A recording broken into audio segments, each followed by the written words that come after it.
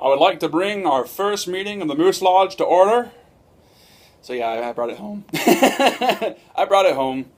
It was in garbage piles, so why not? I have absolutely no idea what I'm going to do with it. It is just an ornamental piece. I may be able to use it in self-defense. I could stab somebody because that's actually a nice little point. But I like it. I mean, hell, it's it's all hand carved. I think maybe that's what it looks like anyway. Hand carved, hand done from out of the bone, out of the whatever bull horns are actually made of. I guess it's bone. I think that's what it is anyway, since it's attached to the skull. It's a growth from the skull. So that would make sense, at least, I think. I don't know. I honestly don't. I know that deer antlers are made out of bone, like they grow and then fall off, which is kind of disturbing, but deer. Anyway, where am I going to put it? I've got a lot of room, but I don't know where I'm going to put it. You know what? You're going to go way the hell up here in the very... Oh, God. Ugh. Right there, up top. Okay. I have horns for no reason whatsoever. Let's not go in there, even though it's got better light. So yes, today was a very interesting day, apart from, my first Moose Lodge meeting.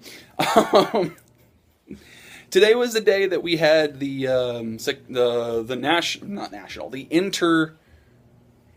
I don't even know what it was called. It was a speech recitation contest, if you will, between an inner city. That's it. Inner city recitation contest, speech contest for all the local junior high schools in the municipality. So it was long. I mean, it was a good 4 hours, but there were 43 students, each with them telling a roughly 3-minute long story in English. And they had to memorize the whole thing, so they actually were saying it from memory. Some of them did it quick, some of them did it slow, but it was a very interesting little contest, if you will. I had never been a part of anything like that before, so being an onlooker, watching the student that I worked with, put forth her best effort, and actually, do well. She actually performed very well. She memorized the whole speech. She didn't have any stuttering as far as I could tell. She had one moment where she completely blanked on a line, but, then she was like, I've got it within 2 seconds. So she was able to combat that and actually come back from it. Swish, more shirt inside the tube. Okay. So she was actually able to come back from it, and she did really well. Really, really well. I was very proud of her. Her diction and pronunciation of the words were excellent. She did a great job there. Unfortunately, she did not win anything. She got one of those I participated certificates, because those are a thing still. But she did a very good job, I think, especially since, only from a week ago, roughly, she and I met for the first time, and I actually started helping her with her basic speech. And I don't know, it was very exciting. It was very cool to actually see one of my students actually perform and do well. She didn't make the top 10, like I said, but she did a very good job, and I was very proud of her. Very proud of her. So that's what happened today, for the most part. I had another introductory lesson with some of the first grade class in junior high school, so that's 7th graders, and the 7th graders were really fun. They were very excited. They were very happy to see me, and of course I was very, Genki. I was very energetic with them, and it was just a fun time. It was just really, really fun to hang out with the kids that way and actually sort of interact with them on a very impersonal, personal, non-professional basis, basically. Like, I was just a very tall kid to them because I was singing and dancing and doing silly stuff. Now, for all of you that know me, I come from a very large family. I'm 6'4" without my shoes on, so that's 193.5 centimeters tall in Japan. And that's relatively tall. I mean, when I say relatively tall, the normal person in Japan is somewhere around 5 foot, give or take. And anyone above that is very impressive. So, seeing someone like me of a larger stature and of a taller stature, like both those combinations, they're just like, being, tiny little Japanese kids.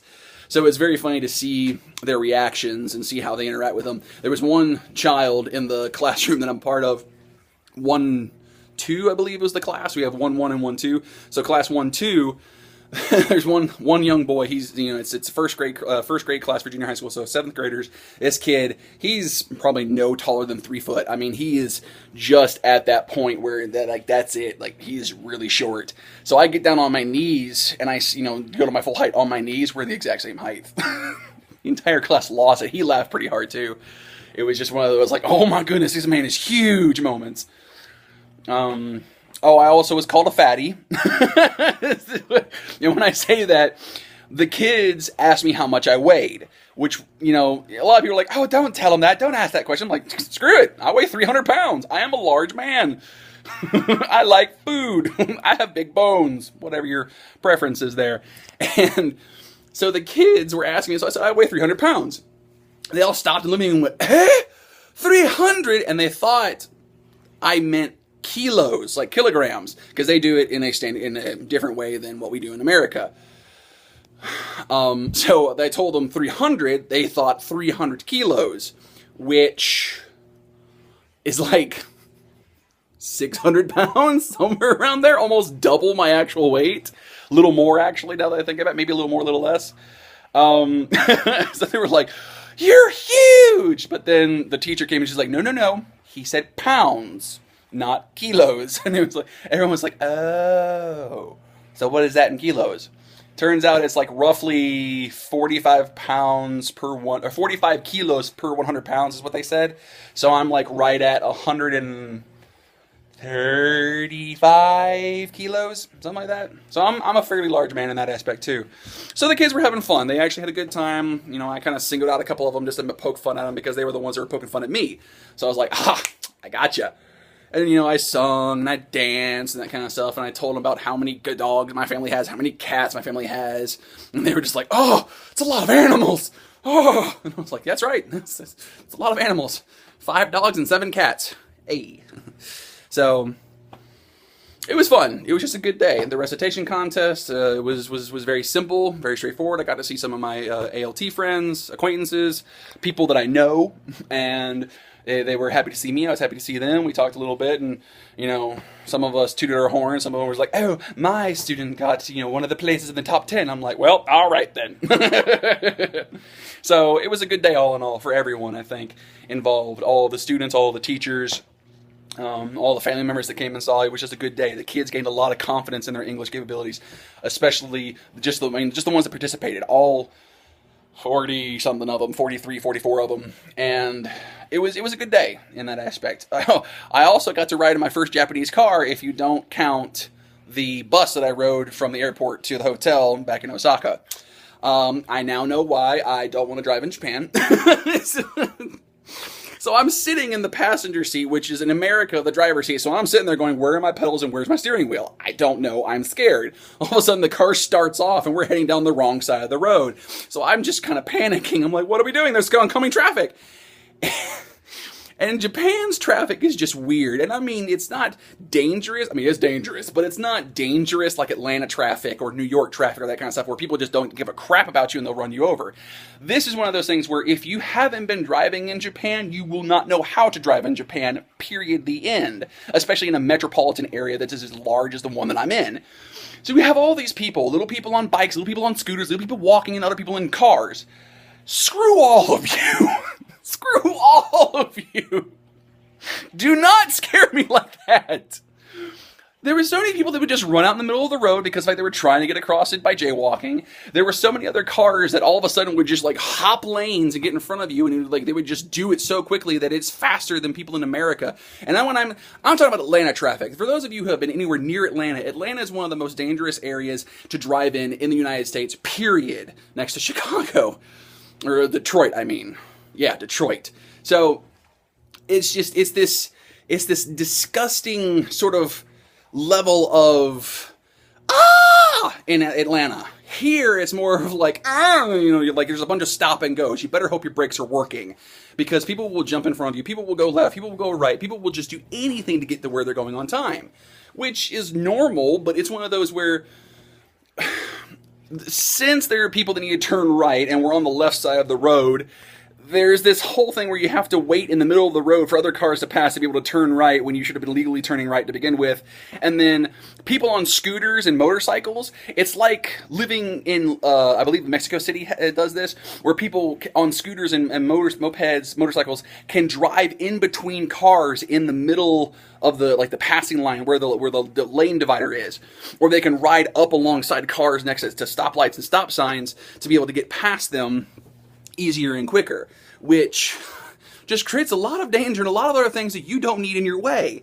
So these people be driving around and it's going beep beep and just like scooting right past us, and I don't know what to do. I'm sitting there with this guy driving and he's just going, oh, it's fine, it's fine. I'm like, no, it's not. We almost killed a man. So I want a scooter. I do.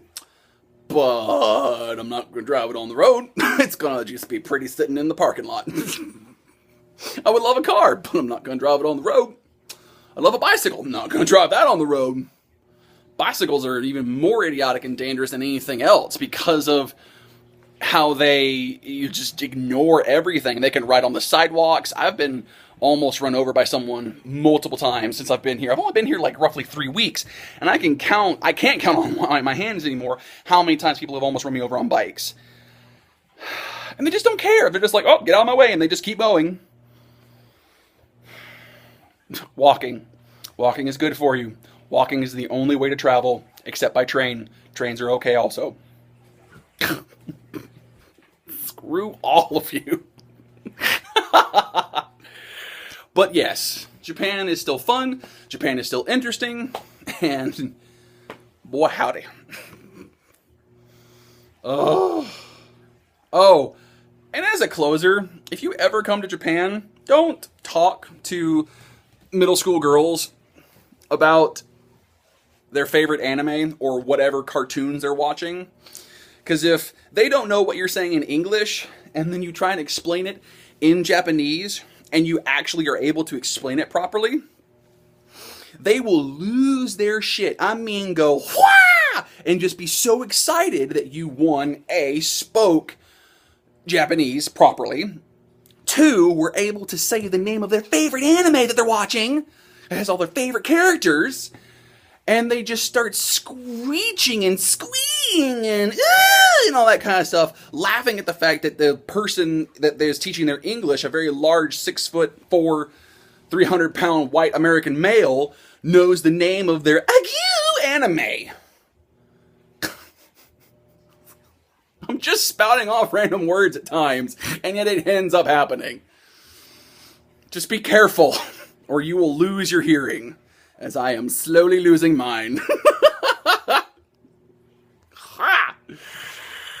Oh, but a good day, all in all. So guys, take care, like, favorite, subscribe to all them socials, and then remember, if any little thing I've ever said or done has brought a smile to your face or a chuckle to your heart, then my purpose has been served. And for anyone else that actually knows that phrase, I am quoting Red Skelton. Scheisse! Red Skelton, not Skellington. Red Skelton, a famous old-time American comedic actor who passed away in 1997. He was known as the clown of America's favorite clown. He was Freddy the Freeloader, a lot of different things. But I like to live by his motto. If any little thing I've ever said or done has brought a smile to your face or chuckle to your heart, then my purpose truly has been served. And I really appreciate you guys watching my videos. So anyone and everyone and all, love you guys. Take care. I hope to share with you more experiences in the future about my life and my days in Japan. Take care.